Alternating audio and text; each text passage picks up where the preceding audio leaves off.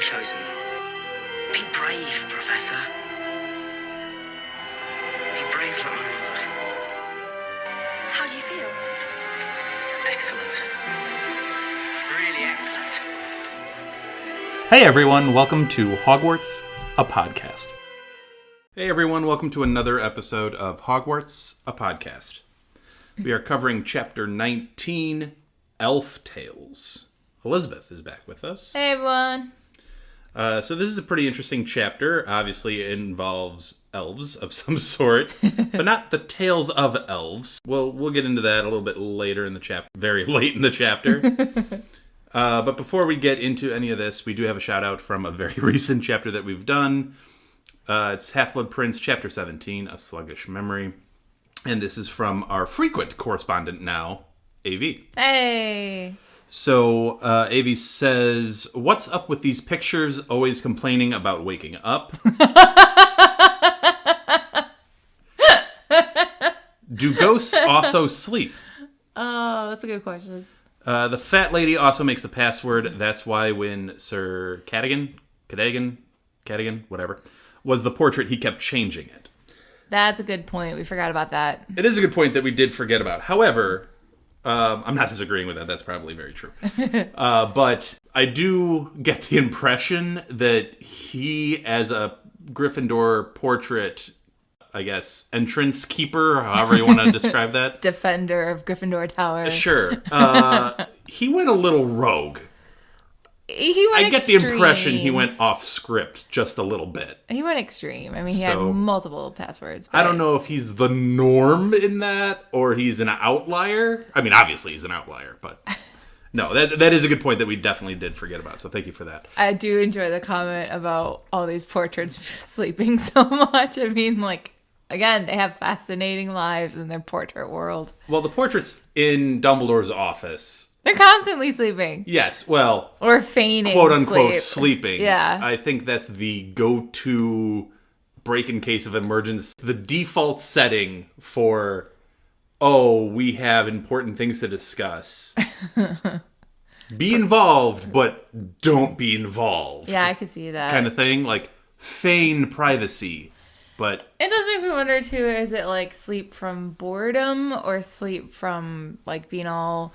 tired out from visiting other portraits and having parties with other friend portraits and that kind of thing.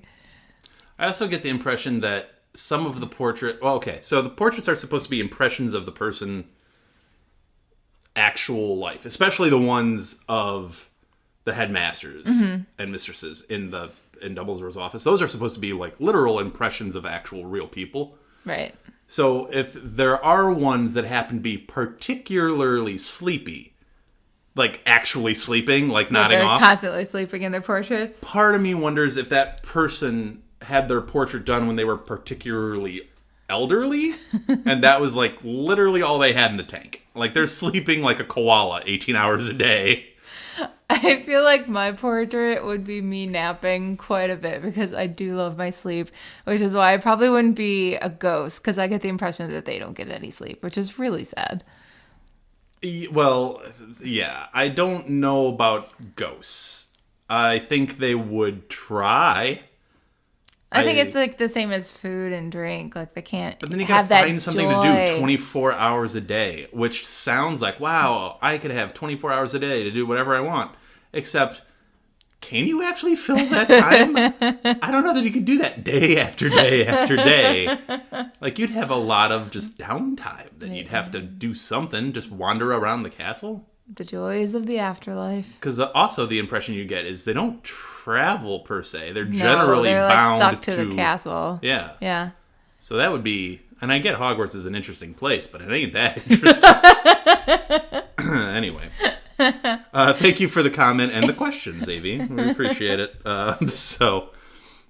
In this chapter, we get a particular part of the castle. Speaking of the castle, we get the hospital wing a lot. Yeah. We get it at the beginning and we get it at the end of this chapter, so we'll kind of cover that. We also get Hagrid eavesdropping on an important argument, conversation, debate, however you want to frame it. Harry certainly tries to frame it. And then we get a lot of Quidditch talk. We get Quidditch drama and we get an actual Quidditch match, or at least a portion of one. So we will start in the hospital wing, round 1. Mm-hmm.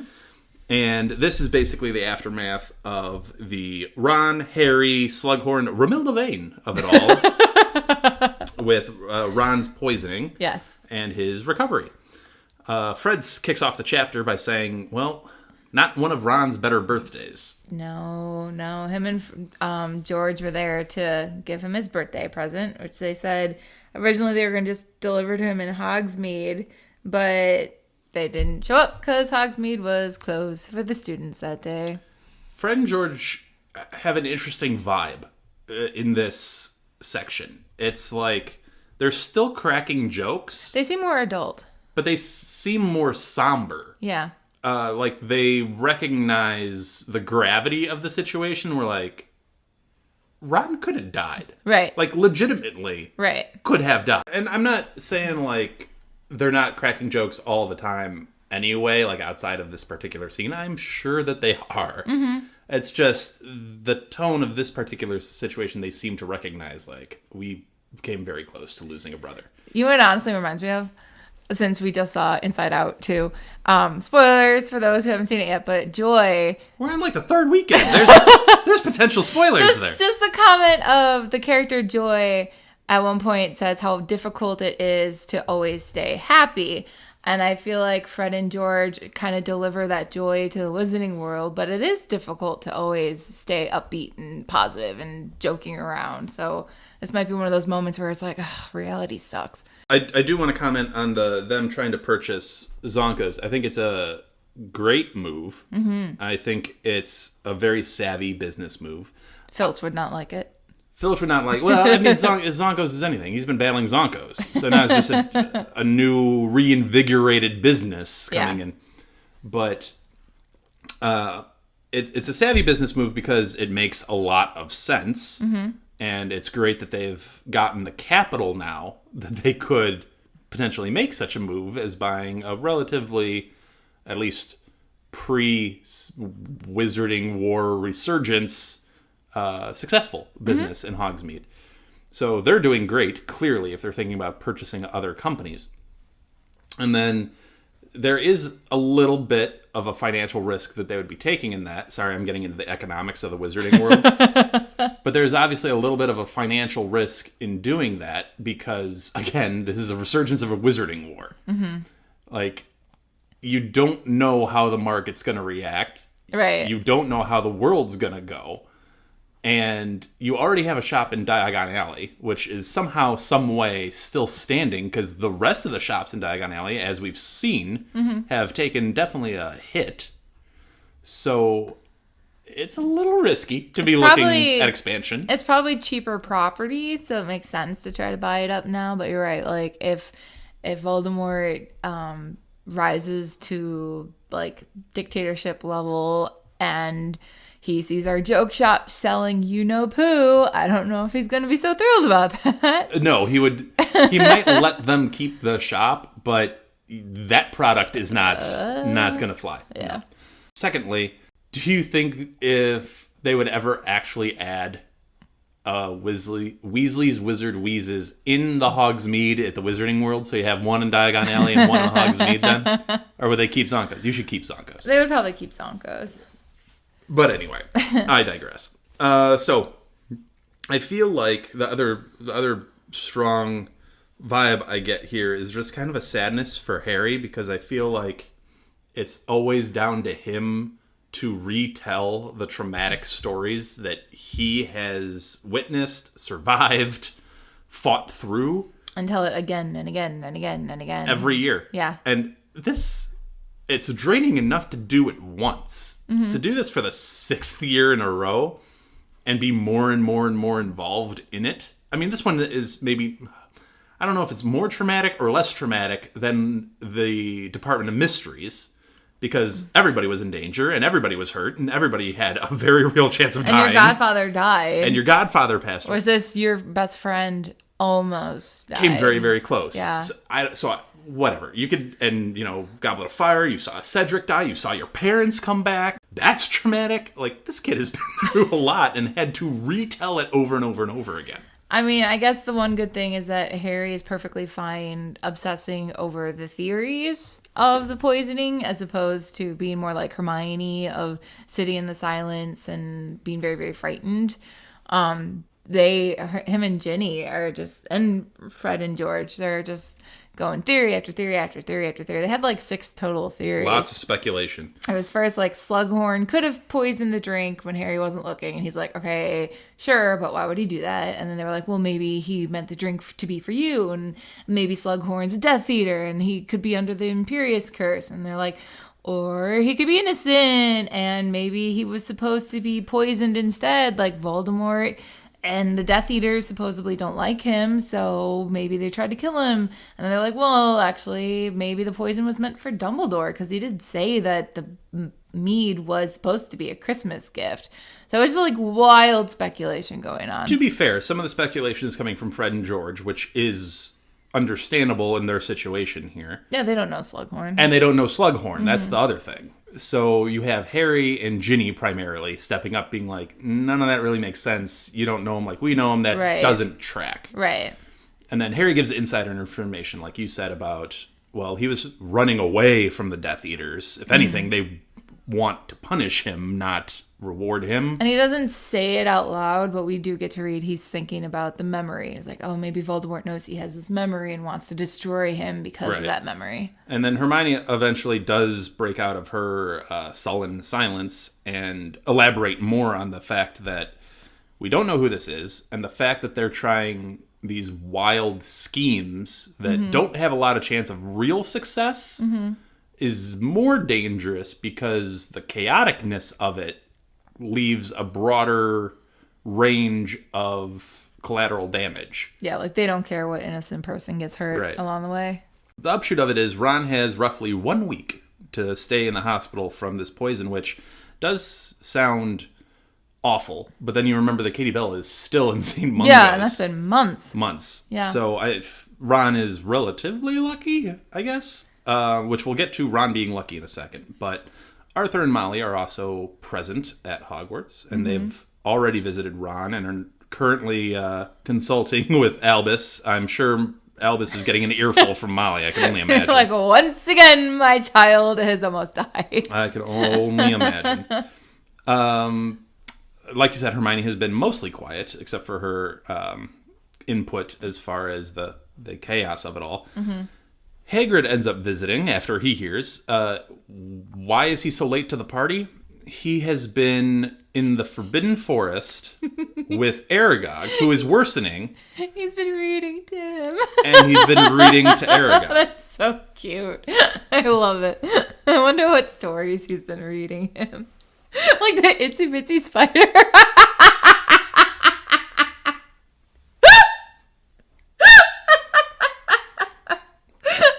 That's my headcanon now. Do you think he read that to him when he was little? Sure. Aww. Sure. People in the UK, do you guys read Itsy Bitsy Little Spider? Is that going to be our poll? No, it won't. Anyway. Oh, gosh. Molly and Arthur do end up returning to Ron's bedside, and Molly gives Harry a big hug and thanks him for saving yet another member of the Weasley household. And Arthur points out, like, you really have saved, like, half of our family. Yeah, we had Ginny and Arthur, and now Ron. It is really lucky that Ron met you on the Hogwarts Express that day. And my question to you, Elizabeth, is Ron actually lucky for meeting Harry Potter? That's such a hard question. I feel like in, like, Ginny's case, I mean, she was targeted because Lucius gave her the diary knowing that she's Weasley, and it would be a way to, like, undermine Arthur. So I feel like she would have been targeted regardless of if Harry was in the picture or not. So for her case, probably lucky that Ron knew Harry. Arthur's case, I mean, the Weasleys were in the First Wizarding War in the No, they Arthur joined. and Molly were not involved in the. So they joined. Molly's siblings were. Okay, so they joined the order because it was in the family-ish, and because they're so close to Dumbledore. They're very close to Dumbledore. Molly's particularly close to. So I feel like Arthur also would have been targeted regardless because he was wrong place, wrong time. Ron is also just accidental, it seems. So I guess in theory it is good that Harry and Ron did join each other in the compartment. But I also do see the other side of like, well, now you're extra targeted because you're BFFs with Harry and he has a large target on his back. Yeah, you have your best friends with the one person who has the largest target on their back, and sometimes you're going to miss that target, and who are you going to hit? The person next to you. Right. And that's a lot of times Weasleys. I'm not saying, oh man, Ron and Harry should have never met. And it would have been way better for Ron if they never met Harry. I'm not saying that. But I'm just posing the question, like, I don't know. The Weasleys have been through a lot since Ron met Harry. Well, I think Harry kind of also has that thought because he kind of feels a little guilty when Molly's hugging him so hard for saving Ron. And he's like, I mean, yeah, I really have caused your family a lot of strife and trauma. They've gone through a lot since Harry Potter came into their lives. Mm-hmm. And you can make arguments either ways for how much blame to put on Harry for all of that. But anyway, we'll move on. So, obviously, with all of the people surrounding Ron, Madame Pomfrey's like, people got to go. Especially with Hagrid. He's so large. She considered him to be 2 or 3 people alone. So anyway, Hagrid, Harry, and Hermione all leave the hospital wing, leaving the family together. Mm-hmm. And Hagrid lets drop that he overheard an argument between Albus and Severus Snape. Dumbledore is not happy with Snape. No, Albus and Snape... Snape's not happy with Albus. Yes. And Snape ends up saying something along the lines of, Albus took too much for granted, and maybe he didn't want to do it anymore. And then Albus ends up replying with a firm response to Severus and requests that he make investigations into Slytherin.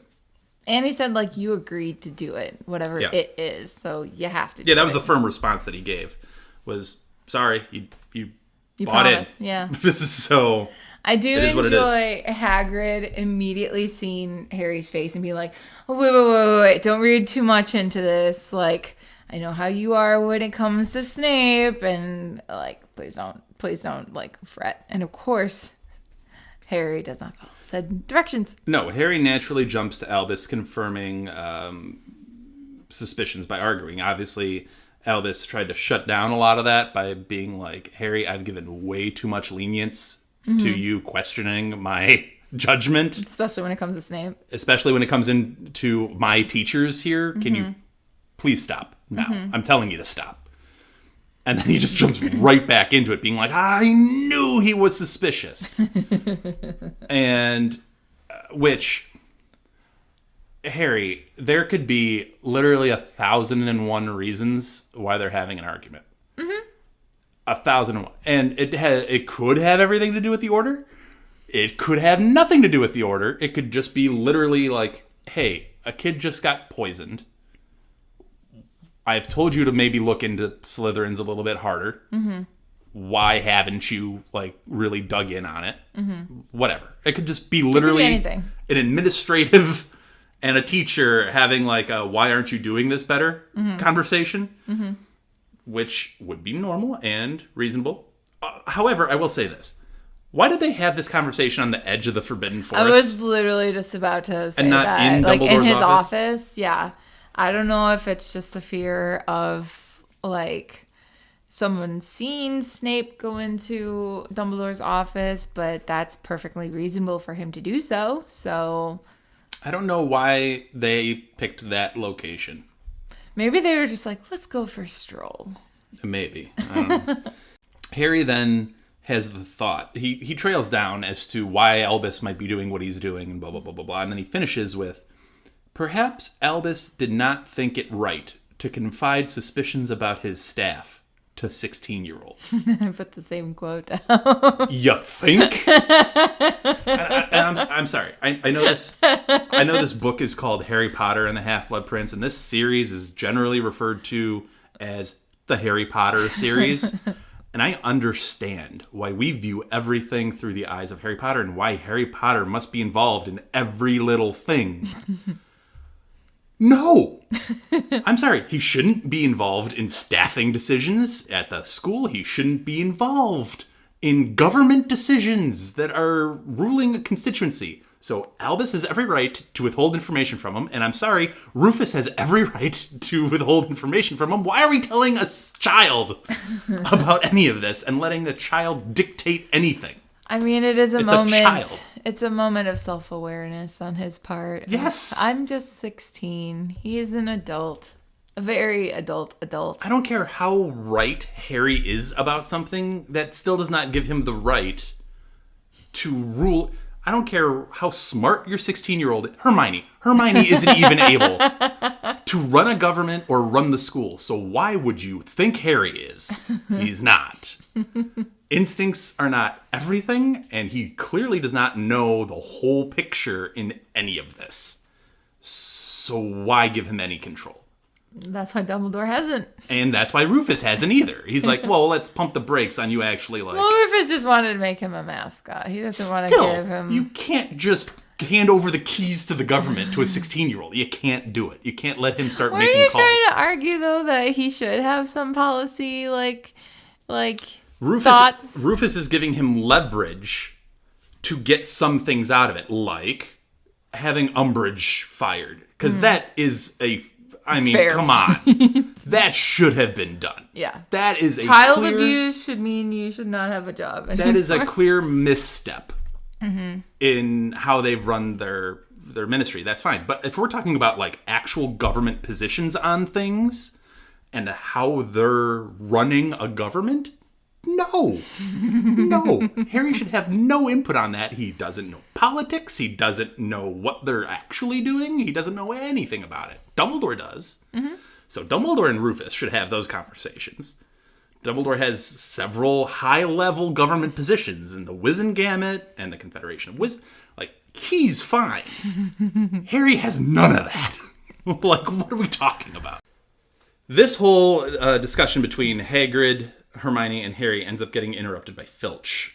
Filch sees Harry and Hermione in the halls after 8 p.m. in the evening and is like, out of bed, you're going to get detentions. And Hagrid's like, no, they won't. They're Yeah. with me. Yeah, super rude. He's been a teacher for 3 years now. Well, Filch is like, why does that matter? And he's like, I work here. Yeah. I'm responsible for them. I do enjoy Peeves being like, ooh, there's a fight going on. I'm going to come and enjoy it and make it double the fun. Well, yeah, because Hagrid tells them promptly, like, Get out of leave. here. Yeah.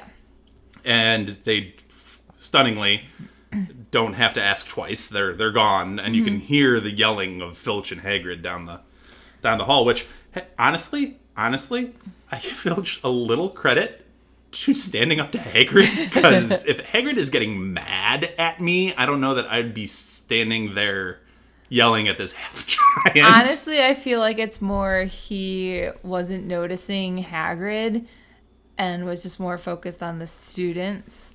I kind of feel like even though Hagrid is a half giant who takes up so much space, Filch has looked down on him because...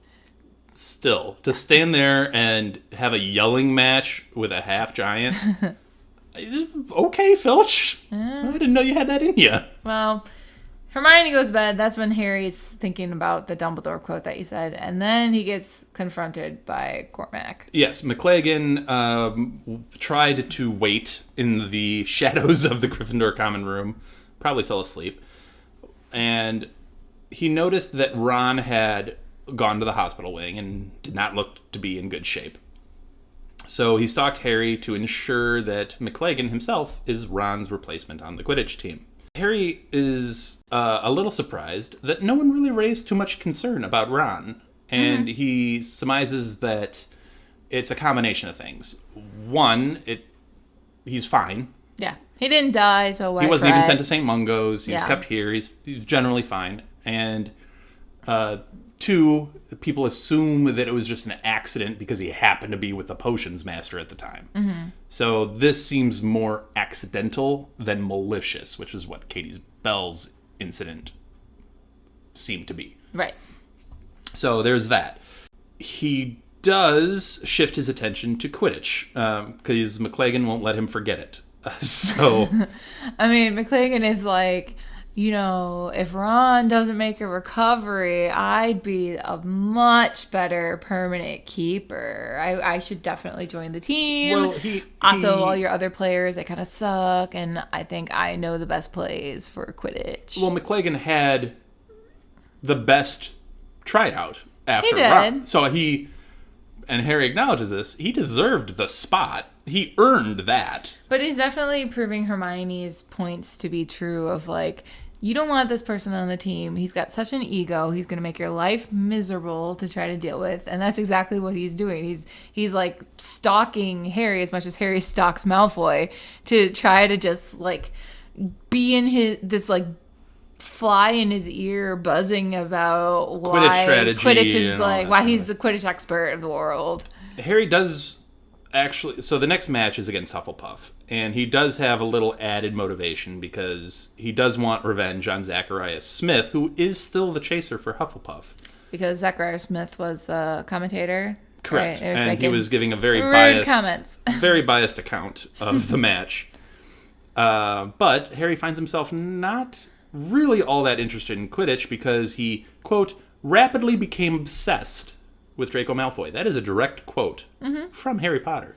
I mean, he said part of the obsession is the fact that sometimes it seems like Malfoy's not on the map, and he can't figure out why that would be. Even though, like we said before, there's hundreds apparently, of dots on the map, Malfoy just seems to be elusive. So Harry's got that going on. He's got his obsession with Draco. He's got McLagan asking him relentlessly about Quidditch. He also has Lav asking constantly about Wan. So Well, okay, first he can't figure out which one's more annoying. I will give Lavender, like, a point. She was annoyed that no one told her Ron was in the hospital, which I think is very fair. If you're dating Ron, then you deserve to know if he has been injured. But everything past that of, like, having these in-depth conversations about, like, what do you think Ron thought of my dress robes? Do you think Ron thinks our relationship is serious? What do you think about this? What do you think about that? And I'm like, ugh, shut up. It comes off as annoying. I understand the dress robes thing. Look, she's curious about the relationship. I can't fault. Again, look, we're talking about a 16-year-old kid. Well, she's also annoyed Hermione's visiting him, and she thinks she's only doing it now because he's She kind of has a point. I'm not going to lie. So, literally, she brings up the fact that, I'm sorry, she hasn't talked to him in weeks after we started dating. And now, all of a sudden, they're best friends again? Wouldn't that be a little suspicious? And the flip side of that, though, like, she knows that they've been friends for years, and if suddenly they almost died, then, yeah, you might rethink the argument that you had and make amends. I just think she's not, like, entirely off base. She's not, like, in another zip code there. She's within the realm of reason to be like, I'm sorry, why? They've been brutal to each other over the last couple of weeks. Which Months. person would you prefer to have conversations with, Cormac or Lav? I would rather have the conversations with McLagan. I wouldn't be as passive as Harry. Like, if I was the captain and this guy was, like, all over me about it, I'd be like, I would be a little bit more forceful in being like, this is how it's going to go. Deal with it. But I feel more comfortable in that situation versus having to deal with a friend's girlfriend who I'm not very close with. Like, it's one thing if I was friends with Lavender Brown. Right. Like, if I knew her, Right. that'd be different. But if I'm not if I'm only tangentially, like, an acquaintance of, like, I don't really want to talk to you about this. And my loyalties are to my best friend and not you, so... I think I'd probably pick Lavender only because I think it'd be easier for me to tune out than McLagan. I feel like his ego would just get under my skin so quickly, whereas Lavender being like, what do you think about Ron? What do you think about that? I'd be like, yeah. Oh, 100%. Like, it'd be so much easier to just do him out. You know who else is tuning Lavender out, though? Ironically, Ron. Yeah. She says, because Harry eventually gets kind of upset at this and is like, why don't you just ask Ron? And she says that Ron has been asleep every time she's tried to visit him. Every single time. Which Harry found interesting because he's found Ron to be quite alert every time he's tried to visit. So Harry ends up telling Ron that, you know, he's allowed to break up with Lavender if that's what he wants. Like, that's an okay thing to do. Ron says it's not that easy. Which it isn't. It's never easy to, like, break up with someone. Especially at this level. I don't know. This age. This age is, like, it's difficult because you honestly don't have the experience, so you don't know what to do in these situations. Well, that and it's, I mean, you're around high schoolers too. You know, so often they start dating each other and they're like, it's meant to be. We're in love. We're going to get married. And then when it's like, oh, no, you're not. Then it's like, also, all these thoughts that I had, what's this mean for my future? Will I ever find someone ever again? And it's very dramatic. Well, also, if you're Ron, you're getting something that you're not used to getting, and you kind of don't want to give it up, maybe. And I think he's a little intimidated by the amount of energy she is throwing his way, the amount of attention and whatnot. I mean, she's kind of edging to that level of, like, if you break up with me, I will destroy your life. That's the image that they give of Lavender in the movie, for sure. That's the portrayal that they give of Lavender, which I think is a little bit hyperbolic, but that's fine. Lavender does seem to be the more aggressive participant in this relationship. She feels everything very fully. I mean, like, remember when Trelawney predicted, like, her rabbit was going to die, and then when it did, it was like, devastation, which I get, but, like, everything that she's done, she buys in 100% emotionally. She wears her heart on her sleeve, which is nothing wrong with that. And again, we're talking about a teenage girl, so I take that for what it's worth.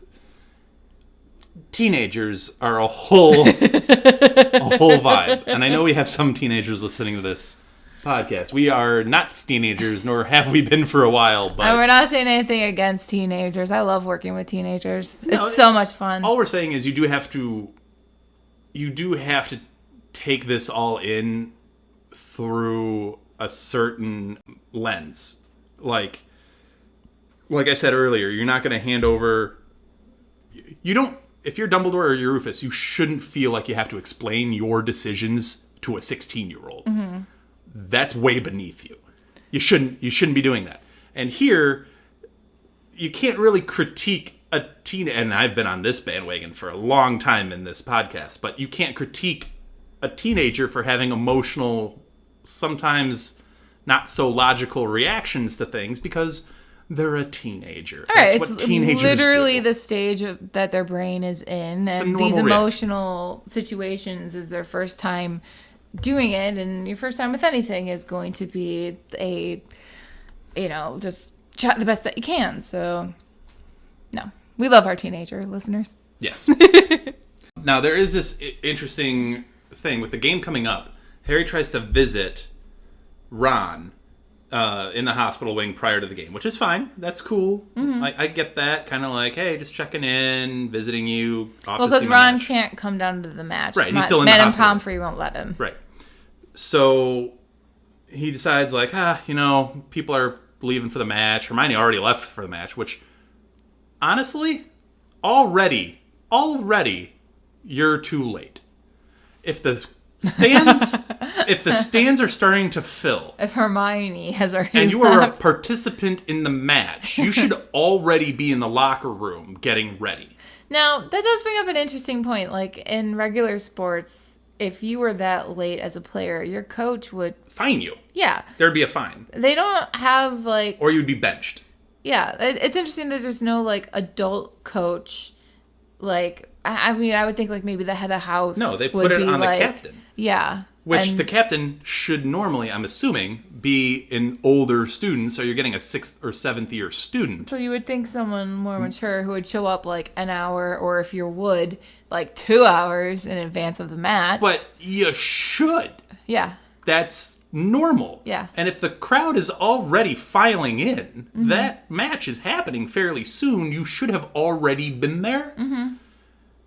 And on top of it, you're not just a player. You are the captain. Mm-hmm. You are in charge of this team, and you're not there. Not the best there. example of Hermione's gone Hermione's down there, you. and it's a bad look there, and it only gets worse. Mm-hmm. So he eventually decides that it is time to go down to the Quidditch pitch, and he runs into Malfoy and a couple of girls.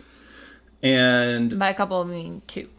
yes, he gets into this interaction with Malfoy, and Malfoy does have a really wonderful line about, what are they calling you now? The boy who scored?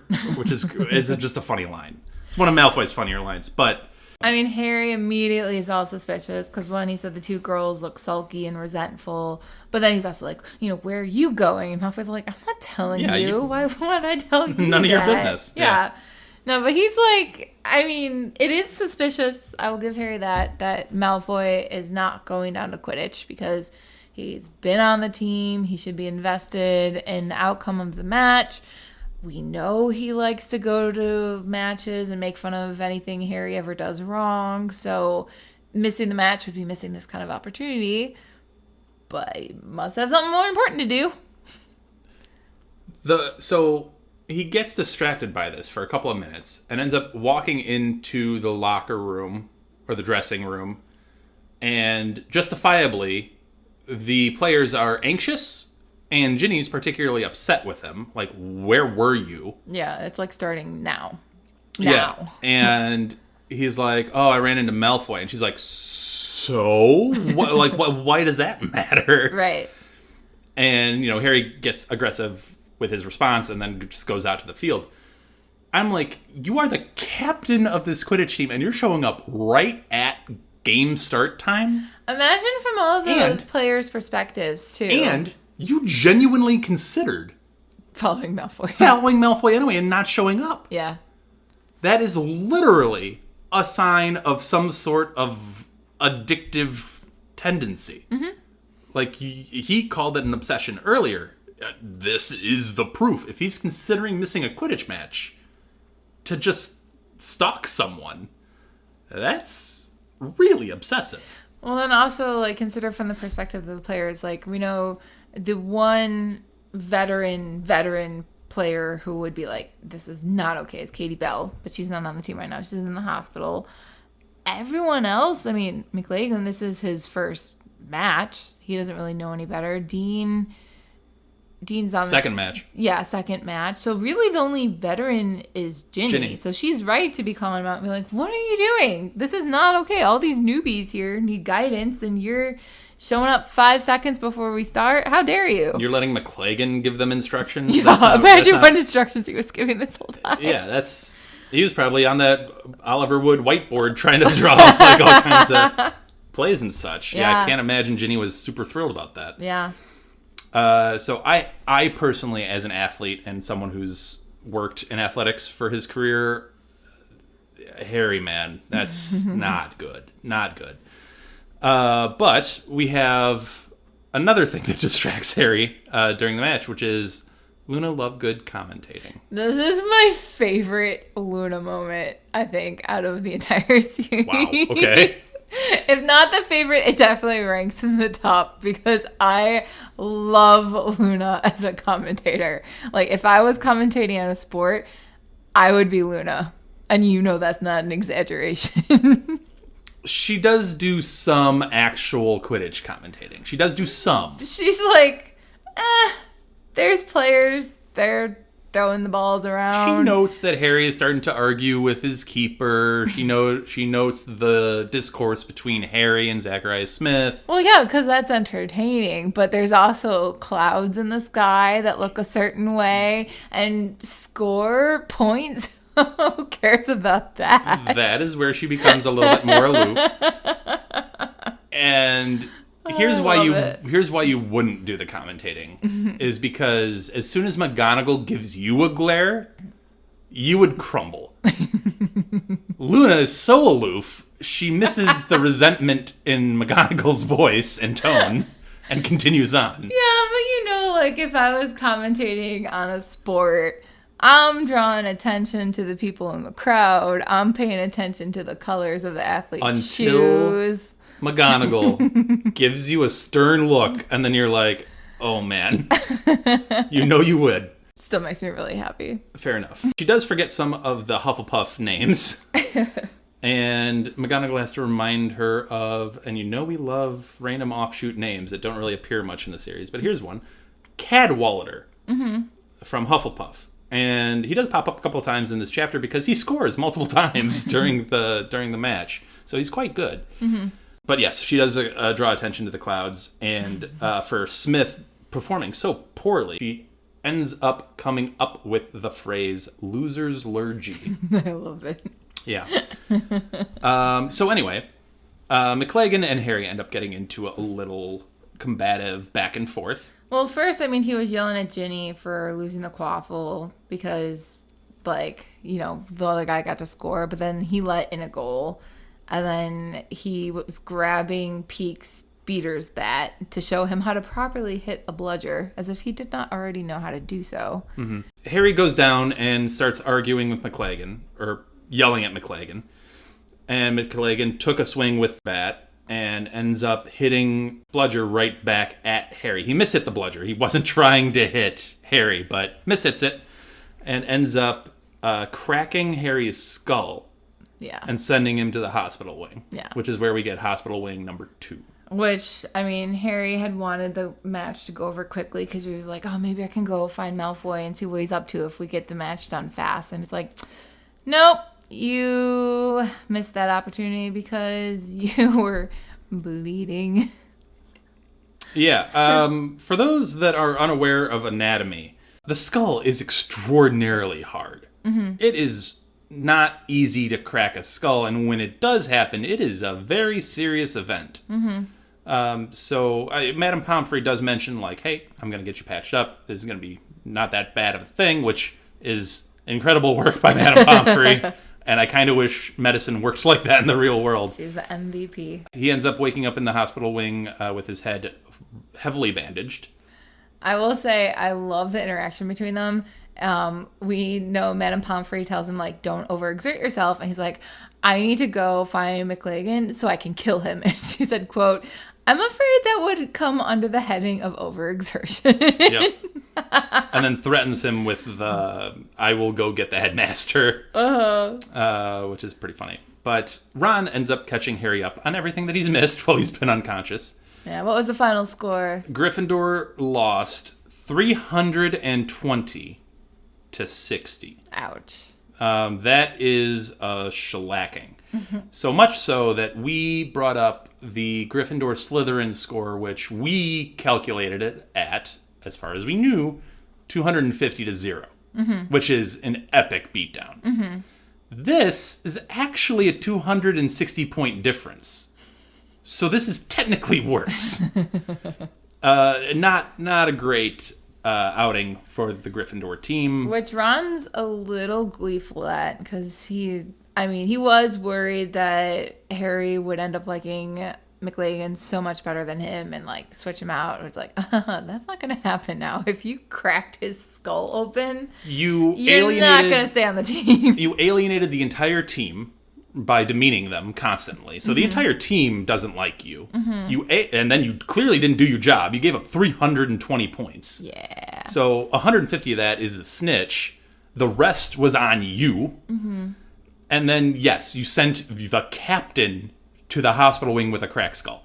This is not a good outing for McLagan. No. This is about as disastrous as it possibly could have been. I do enjoy the fact, though, that Ron said he liked Luna's commentary and he wants her to do it every match, which I am also on board for. It's the most positive thing he's ever said about Luna. I know. I love it. He also says that Ginny visited Harry in the hospital wing, which sends Harry into a vivid imagination of Ginny confessing her feelings while Ron gives a blessing. But then... broke that daydream. Yeah, Ron breaks that daydream pretty quick. But it ends up being Harry recalls all of the injuries that he's had while playing Quidditch, which has been numerous. Mm-hmm. Some of them pretty serious, and one was exacerbated by Lockhart. But whatever.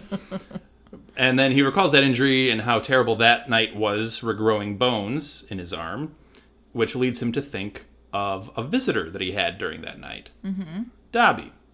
Then he thinks, oh wait, Creature. I can get him to follow Malfoy since I can't. Creature is my answer to the problem that I currently have. Because he was thinking like, oh, I could get like the DA to do it. Oh, I wish I was Rufus and I could like just set an order upon them or something like that. And I'm like, are you really going to call the DA in? Hey, everybody. Stalk Malfoy? Like, what is your problem? Ron and Hermione would be like, okay, everyone, just leave. Just ignore Harry. Don't do it. Yeah, don't do it. What are you doing? Anyway, Harry ends up calling Creature, and both elves appear. Mm-hmm. Creature and Dobby. Followed shortly by Peeves. Followed shortly by Peeves, because Creature and Dobby were together because they were fighting. Uh-huh. And Peeves was watching and... egging them on. He was definitely accelerating the fight. Dobby's mad. Dobby's mad because Creature was saying bad things about Harry and so forth. So Harry and Ron end up breaking up the fight, and Harry uses Langlock, the Langlock hex, to quiet Peeves and send him away, as Peeves sends rude gestures back at Harry. I love Peeves. And then Harry ends up giving both elves the job of tracking Draco Malfoy, but clearly sets rules for Creature to ensure that there's no unwanted security leaks. Yeah, which he closed all of them because Creature was like, oh, Master thinks of everything. Ron is exasperated, though. A little exasperated, a little surprised. Of like, you're asking house elves to trail Malfoy? Like, this is getting to the point of, like, intervention. You're obsessed with the boy. Stop it. Yeah. Yeah, it's a little much. Mm-hmm. A little much. So that's where the chapter ends, on that cliffhanger of what will they discover? Harry setting house elves to tail Draco Malfoy. That's where you get the tails from, because house elves, I don't believe, to my knowledge, have actual tails. Yeah. I do like the wordplay. I will give her that. It's clever. Yeah. So that's where we will end the non-spoiler. We will be back with probably, I'm assuming, a brief spoiler section after the break sound. So we will be right back. Before we get to our break sound, I'd like to acknowledge our friend Andy, who helps us produce our intros and our break sounds. If you want to hear more of Andy's work and like Formula One racing, check out the Outlap F1 podcast. It's your one-stop shop for Formula One news, insights, race previews, and reviews. You can find them wherever you listen to podcasts, and they even have a YouTube page. So check out Andy, Cody, John, James, and Deanna, and join them on the Outlap. Where is he? Where's my 1-1? All right, we are back with the spoiler section of Chapter 19, Elf Tales, which sounds like a kids' show from the 90s. Elf Tales, Elf Tales. Yeah. I think you had some spoilers that you wanted to talk about. Yeah, first and foremost, we know Malfoy does not suddenly have female friends. Those are Crabbe and Goyle. He does have female friends. He has one-ish. What's her name? Not ish. Pansy Parkinson is avid devotee of Draco. Okay, fair. But these friends are just Crabbe and Goyle under the influence of Polyjuice Potion, which we know he stole apparently a vast supply of from that first potions lesson, because his table was the one that had the cauldron full of polyjuice potion, which I honestly do think is really smart on his part. Like, he had this whole plan set. Obviously, having polyjuice potion was not part of the plan prior to coming to Hogwarts. So the fact that he saw that and was like, oh, I could use this, really intelligent. Yeah, I think you get Hermione and you get Draco. Hermione is obviously stunningly intelligent and brewed the potion herself, which is phenomenal. Especially in your second year. Very intelligent. So that's one form of intelligence. Then you get Draco here, who's like, you know what? I have this opportunity. I'm not going to waste it. And it's a different type of intelligence, a foresight and an opportunistic chance that he just took. And I think that's just it's different. You're not going to confuse Draco Malfoy with Hermione Granger, but they both have... Is that book smart versus street smart kind of thing? Yeah, they both have intelligence about them, just differently. I do think he was probably intimidating Crabbe and Goyle with the dark mark to be like, look, you're going to do what I tell you to. And that involves turning into a girl, which they don't seem to be thrilled with. I don't know. Would you be thrilled to turn into a girl? I don't think I'd be thrilled to take Polyjuice Potion in general, no matter what the result was. It didn't seem like a very fun process to transform. No, I feel like Polyjuice, which I guess is a credit to Barty Crouch Jr., who did that on the regular. Yeah. But, and Moody cannot be an easy person to portray either.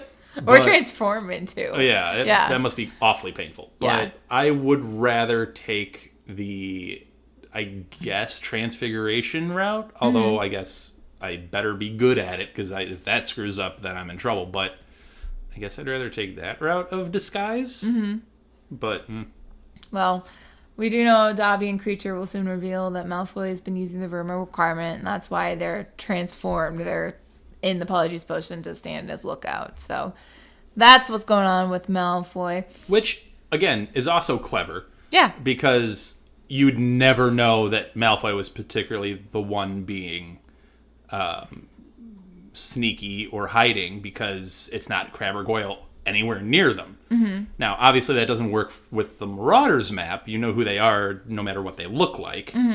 So that's a foil to him, but it's for 99% of people in this castle, really smart idea. Yeah. No, I definitely give Malfoy the credit for this one. We know, speaking of Malfoy, this is going to be Harry's last Quidditch match ever. Because next Quidditch match is when he casts Circumsempra on Malfoy and is forbidden from playing, and that is the championship match. So, not playing any Quidditch your 7th year if you don't go to Hogwarts. This is the end. And it was short-lived. We do know that Ginny ends up having a professional Quidditch career. Harry does not. Unfortunately. So, it's unfortunate that his last Quidditch match would be a 320-60 beatdown. And one that lasts for him probably 20 minutes? And you barely even got there on time. And you time. ended up with a cracked skull. Yeah, not the best. Honestly, if I was Harry, I probably would go after McLaggen. But, okay, can we mention something that we didn't mention in the non-spoiler, but it is non-spoiler? Huh. That when McLaggen came out of the shadows in the Gryffindor common room, Harry was obviously surprised by this, drew his wand, and McLaggen went right up to Harry and disregarded the wand being drawn at him completely. That's one of two things. It's either outstandingly brave or outstandingly naive. It's one of the two. Because I think it's safe to say, should they duel, even though Cormac is older, he's a 7th year student, I'm going to take Harry Potter in a duel over most of the students at Hogwarts. Probably all of them. I honestly don't think it's either brave or naive. I think it's just him being... blinded by Quidditch? Yeah, but blinded by his own ego of, ooh, it's my turn to I kind of wish Harry just fired one at him. Just like... Don't you dare sneak up on me. Like, you're going to get a hex. Come on. Yeah. McLaggen to something else. I mean, that's one way to put it. So what happens if you're... Sorry, I'm taking this on a side tangent. So fine. if you're Harry, and he is just so belligerent, and he's causing problems with the team, and he's causing disruptions, and you're trying to reel him in, and he is just not... Do you go to McGonagall? Who do you go to? McGonagall? To just be like, hey, this is a problem. I mean, if you've taken him off the team and he continues to harass your players and not necessarily stalk you, but follow you around with comments that I would be so much better and you're doing a horrible job or whatever. I mean, I guess you could go to McGonagall. I don't know. Or do you just take it into your own hands and you do end up stunning him or hexing him and be like, back off or I will handle this. I could see him going to McGonagall and her being like, you're the captain, deal with it yourself. And he's like, okay, I might hex him. And she'd be like, that's fine. I don't care. Like, I doubt she would have that response. when it comes to Quidditch. And look, she's not dumb either. She knows if Harry wanted to, he can deal out some damage. Because, again, he's survived Voldy three times. And he's survived the Department of Mysteries fighting actual Death Eaters who were trying to kill them. I'm not also belittling McLaggen. I'm sure he does have his own talents. He has some talent, but we do know from his family that he is used to getting what he wants and being around important people. And it's hard for someone who has never been told no to hear no. Sure. But, I mean, he's a 7th-year student. He's obviously a very physically intimidating presence. He's got an athletic build. So, I mean, probably somewhat formidable in his own right, you would assume. But anyway, I would still take Harry in that, as I think most of us and our listeners probably would. But that was a side tangent. Where were we going with this? Just he won't be able to play anymore. And I think that's sad that this is his last time in the field. It's sad that it would end with such an enormous beatdown. And if I was, if we keep bringing up the idea of a Hogwarts reunion, but if Zachariah Smith ran into Harry Potter at a reunion, he'd be like, you might be the chosen one and the hero of all wizarding kind, but remember we that one smoked time? you that one time. It would be like Cedric's dad. Yeah. Of like, yeah, you might be Harry Potter, but guess what? I beat you. Son, guess what? I beat the famous Harry Potter. And then Harry would be like, did you actually score one goal? Because when my skull was cracked, I don't think you had any. Right. Right. Kind of didn't have a say in what was going on there. The other big spoilery thing from this chapter, we know with the Dumbledore and Snape conversation by the Forbidden Forest, which I agree, I still don't understand why they had it over there. Snape was basically saying how I don't want to kill you, Dumbledore. Like this, you're asking too much of me. You're asking way too much of me to do this, and it was once again. I mean, this was right before Dumbledore sighed and was like, "Okay, come to my office tonight, and I'll give you a little bit more information." Which we obviously see right before Snape dies when Snape gives Harry those memories. So clearly pressure is getting to Snape to a degree. I mean, it would get to anyone. First of all, if it does get to Snape, that is... It's tremendous. Say what you want about Snape. He keeps his stuff together extraordinarily well. And if he's showing cracks of this is a lot that you're asking of me, and I don't know that I can deliver on this. Right. That's an enormous... First of all, it does humanize Snape, because I think literally everything that we've seen of Severus Snape, other than some of the memories that James has bullied him, that wall that he builds up is gone, and he's just a person engaging with another human being, being like, I don't know if I could do this. And that's a lot for him to say. So I just want people to really grasp that about him. Which then too, if Snape is at this point of feeling the pressure, we know Malfoy is also feeling this pressure, and more and more we'll start to see the cracks of the strain he's under to make this work so that his family doesn't get killed by Voldemort if he fails. There's a lot on him. It's odd that Voldy is the overarching antagonist in this story. Mm-hmm. And I mean the story of, like, the Harry Potter, not just Half-Blood Prince. But he's the overarching antagonist. In this particular book, in the individual books, we have different antagonists. We have Quirrell. Umbridge. We have Umbridge. Who some argue is worse. We have Moody / Barty Crouch Jr. Like, we have other antagonists at play throughout the book. Mm-hmm. And this book, it is Draco. Even though he hasn't even, to this point in the book, chapter 19, there's only like 30 chapters in this book. We're well past halfway. He hasn't been featured a whole lot directly. But behind the scenes, he's been our antagonist this entire time. Right. With the Katie Bell incident and the Slughorn incident, so it's building. Mm-hmm.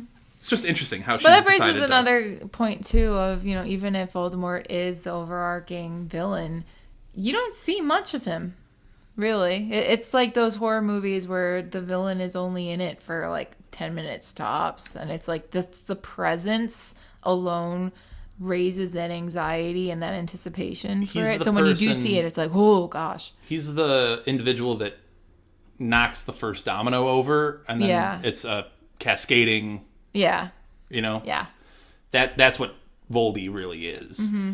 Until it's a more direct presence, which he does become a more direct presence. But it's just interesting how she's constructed this antagonist build when we're 19 chapters in and we barely have any time with any actual antagonist. We haven't had anybody yet. I will give her, she's very good at building that suspense. And I mean, you can come to the end of this story and be like, oh, Harry was right this entire time. He was right to obsess over Draco. He was right because the end result worked out and he happened to be right. Mm-hmm. That doesn't make his individual choices necessarily right. Like, his choice here to almost leave his last Quidditch, would have been his last Quidditch match. Yeah. That's a wrong choice. Yeah. That would have been the wrong... You're leaving so many people hanging who were depending on you. Mm-hmm. That's a wrong choice. Mm-hmm. And now you're... I don't want to say abusing Dobby and Creature by setting them on this task, but you're kind of abusing your relationship with them. And then when you cast Circumsempra on Malfoy, that's again a wrong choice that has the consequences. To be fair, he didn't even know what he was doing. Which again was a wrong choice. Just saying. Oh yeah. He makes some interesting choices here that I don't agree with, but people seemed to be okay with it because the overall ending is, oh, Harry was right, so it's okay. No. The ends do not justify the means all the time. Yeah. So, I mean, that's where you're kind of at. But, yeah. That's all I got. What do you got? That's all I got. All right. Until the next time. So... I hope we have clearly stated our positions and gotten our points across. So let us know by commenting on the Spotify episodes, on Twitter, on Instagram, which you can find us at HogwartsAPod. I should also mention we did post it on our Twitter, but I was recently on Outlap F1 podcast with my good friend Drew, who also does a lot of our sound work for the intro and the break sounds, so we're very happy about his work on our podcast. Hopefully his listeners are okay with me giving my input and thoughts on my first ever F1 race that I watched. But you can check him out at Outlap F1. That's the ad that we do before our break sound. Quick question. Was your commentary on the F1 similar to Luna's on Quidditch? No, I actually took notes and I actually tried to be somewhat engaged with the material. But yeah, check us out on Twitter and Instagram. That's at HogwartsAPod. Participate in the polls that we also have on Spotify. We really love getting those poll results. And if you want to support the podcast financially, there's a support the podcast link wherever you're listening to this, whether it's Apple Podcast or Spotify or wherever. We're trying to upload it to YouTube. Ooh. That's going to be a new thing coming soon. So if you are on YouTube all the time, you'll be able to find our podcast on YouTube very, very soon, if it's not already up there. So thank you to all who's listening and helps spread the podcast by giving us a 5-star review. That helps the algorithms get us out there. So those 5-star reviews really do help. And just share the podcast with whoever you know that likes Harry Potter. Yeah. That really goes a long way. So thanks for listening, and we'll be back next week. Thank you for listening to Hogwarts, a podcast. If you like what you've heard, please click the subscribe button on your preferred podcasting app and follow us on Twitter and Instagram at Hogwarts a Pod.